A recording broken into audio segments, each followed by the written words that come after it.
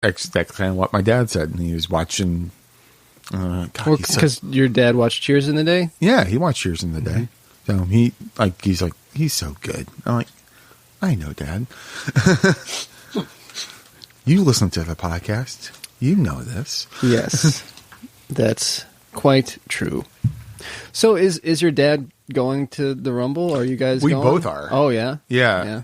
It was, he was supposed to come like 2 weeks ago. Or he thought about going 2 weeks ago. And then he was like, wait a minute. Wait a second. I can time this. I can buy tickets for wrestling. And he even does he say wrestling? Yes, that's his thing. Yeah, wrestling is his code because wrestling is what they play in the Olympics. Wrestling. This is the fake entertainment sport. Yes, it's the fake entertainment sport. Which and my dad and perhaps Beckett, my son, went to the changing hands yesterday. And my John Cena, the wrestler or wrestler, and also fine comedic actor, wrote a children's book called Elbow Grease, which is about a battery powered monster truck with gumption.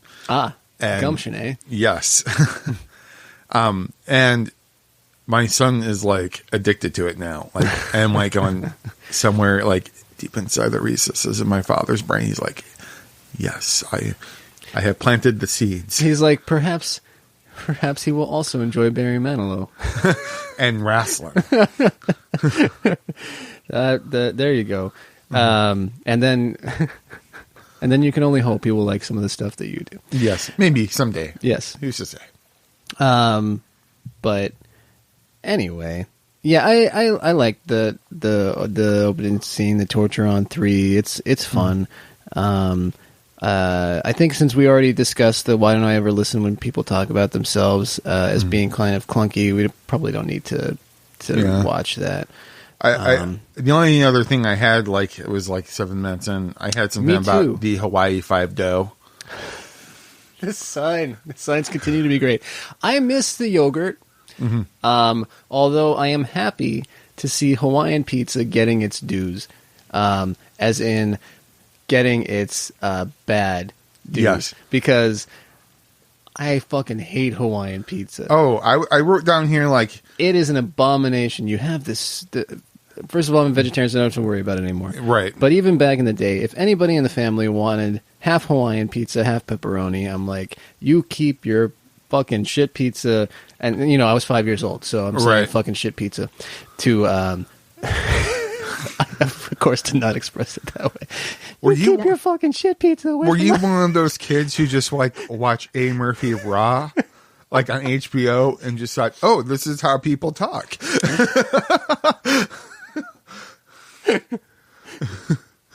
It's a piece of shit. Like, I hear all these, like, all these comedians watch Delirious and Raw, like, when they're, like, 8 years old. I'm, like, going. Yeah. And it was, of course, I was, the San Francisco police siren. Yeah. And I'm just, like, of course, I was Mormon, so I was, like, I never watched that stuff. And when I was, like, 8, I was, like, going, and I'm not one to judge anyone's parenting skills, but I was like, no, I didn't watch the Eddie Murphy specials as a kid, but I did see Richard Pryor stand up. Oh yeah. So I mean that was pretty. I saw that striking a match and saying, "Hey, what's this? It's Richard Pryor running down the street." I saw that special pretty young actually. But I was always a huge fan of those. Richard Pryor, Gene Wilder movies as a kid. Oh yeah, I loved those, and I remember the first one I saw was like "See No Evil, Hear No Evil." Yeah, well, and I always forget which ones are, but at least one of them was directed by Sidney Poitier. Yeah, I think it's Silver Streak might be the one. Yes, okay, I think that's correct. And I learned later, reading a really fantastic biography, co-written by the brilliant Joe Henry and his brother about Richard Pryor. Mm-hmm. If you haven't read it, it's a really good read. And they of course talk in there about how much he hated doing those movies. Oh, I bet. Well, I think he liked working with Gene. I guess they had like some sort of begrudging respect or something, but I don't think they were friends. Well, Gene helped write Blazing Saddles, right? Like that's how they met, right? I believe so. Yes, because Richard Pryor was on Blazing Saddles too, and he was supposed to be the Cleavon Little part. Right, and he decided, for some reason or another, he had to took the writing role. Well, and I think that I think the studio didn't want him. Oh, that's stupid. Yeah, it is. At least that's what I recall. But we've gone on another digression. That's fine. It is. But we were talking about but I always like I've seen Silver Streak and I've seen See No Evil, Hear No Evil. I remember just thinking it was funny. Yeah. I think Kevin Spacey's in that one too for some reason. And See No Evil? I think so. I think he's like the bad guy. I probably haven't watched these films in like 20 years now. Yeah.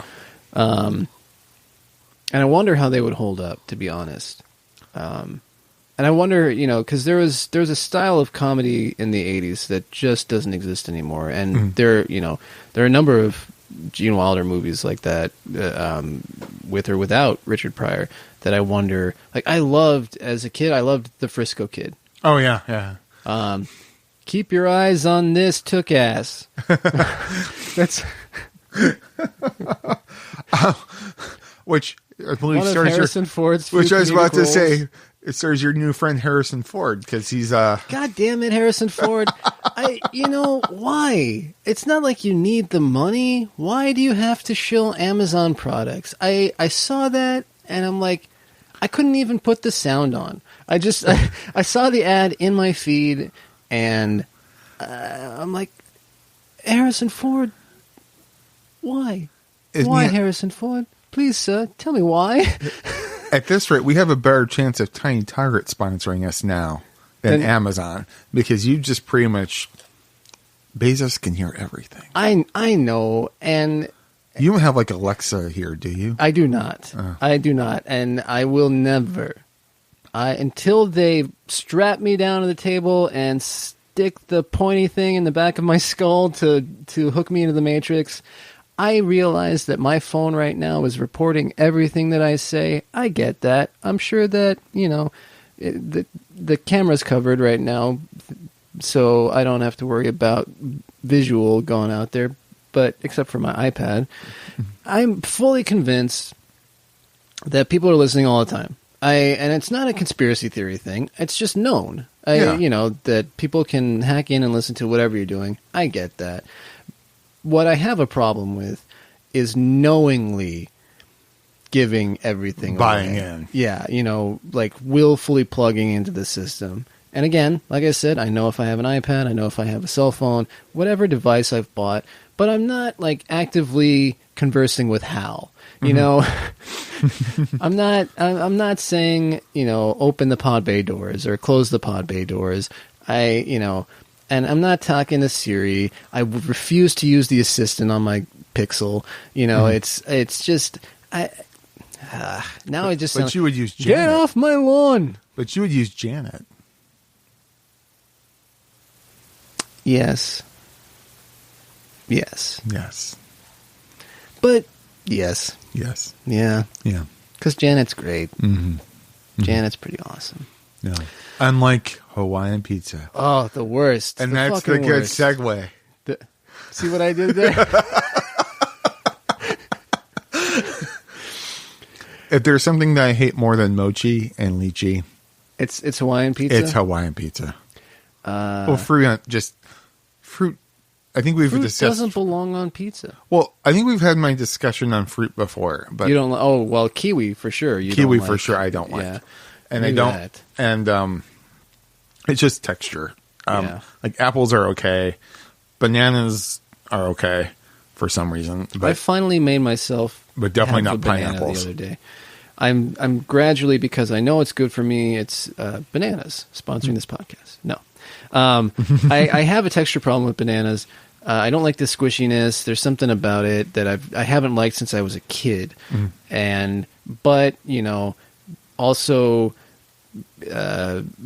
being a vegetarian and being somebody like works out a fair amount and trying to make sure that, I still, because you can, as we've discussed earlier on, in beginning episodes of the podcast, you can be a vegetarian and end up being unhealthy or feeling terrible. Yeah. So, now where I used to go to Nectar and say, no banana slices on top. I used to go to Nectar and say, no banana anywhere. You keep your damn bananas out of my Nectar. And you damn dirty banana wielder. But you'll put charcoal in your lemonade, though. I have had the charcoal lemonade. Yeah, It's actually not bad. It's not, right? Yeah. It's as long as you shake it up, it looks weird. Yeah. I had a checkout clerk at the Sprouts comment on the charcoal lemonade that I was buying from there and being like, it looks. Anyway, there's no reason to tell that story. Yeah. I like charcoal lemonade. But where was I going? Oh, anyway, then I stopped. I kind of weaned it in there. I'm like, all right, the banana can be in it. That's fine. And then, just this past week, I'm like, I'm not going to ask to have the banana slices taken off. And the person behind the counter was like, I don't care. No, that's not true. I didn't say it out loud. Like, but in my head, I'm like, you know what? This time, I'm going to let them leave the banana on. And I ate the banana slices, and I survived. I didn't have a fully enjoyable experience, but I knew I was getting some potassium. That's good. And fiber. And because you lived to see the other day, Chris Ayers gets to have be our first advertiser. And hey, he bought one ad, sir. Just kidding. First Chris, then Squarespace, then the world. Yes. If the world would like to sponsor this podcast, you can email whattheforkpod@gmail.com. So we'll get that Marin money. Yeah. Oh man, that would be awesome. No, I'm sure that's years down the road, if ever. Yeah. But okay, so let's go to 7 minutes. Actually, I have 7 minutes 10 seconds, and because of the introduction of Eleanor, what are you up to? Oh, hey there, Michael. Just getting to know everyone in the neighborhood. Ah. Who was that mysterious gentleman wearing the nightgown? Oh, that's Jian Yu, a Taiwanese monk who never speaks. Might be a little hard to get to know him. Eleanor, you and I both know that you're not like everyone else in this neighborhood. Everyone here led a remarkable life. But you, the work you did as an environmental activist was just extraordinary. Oh, well, it's the environment. I mean, I loved mushrooms. I can honestly say that. Well, it paid off because you were the #1 point getter in this entire neighborhood. And as such, I was just hoping that you could say a few words at tonight's welcome party, just to introduce yourself. How can I say no? Can I say no? It doesn't feel like I can say no. But if I can, Michael, I'm saying no. Okay, so you'll speak for maybe an hour? So, hey, you know what? I got you a little something to wear here. Now, all the top point getters wear these on the first night. Oh, you gotta be fucking kidding me. So long. Okay, the best so person stash. yes, you know what? Something just occurred to me, but I'm going to make my first point before I forget it. One of the things that stood out to me, and I kind of liked this component of it, is that the feeling, the characteristic that Michael Ted Danson puts up in this episode is desperation. Yes. It just, the whole of last season, he was this, except for cracks here and there, was pretty beatific. Mm-hmm. He was very calm, and except for the great self-doubt hoodie wearing episode. But here, it's just there is his total desperation. It's almost like you can see the flop sweat, Yeah. and I think he pulls it off pretty well.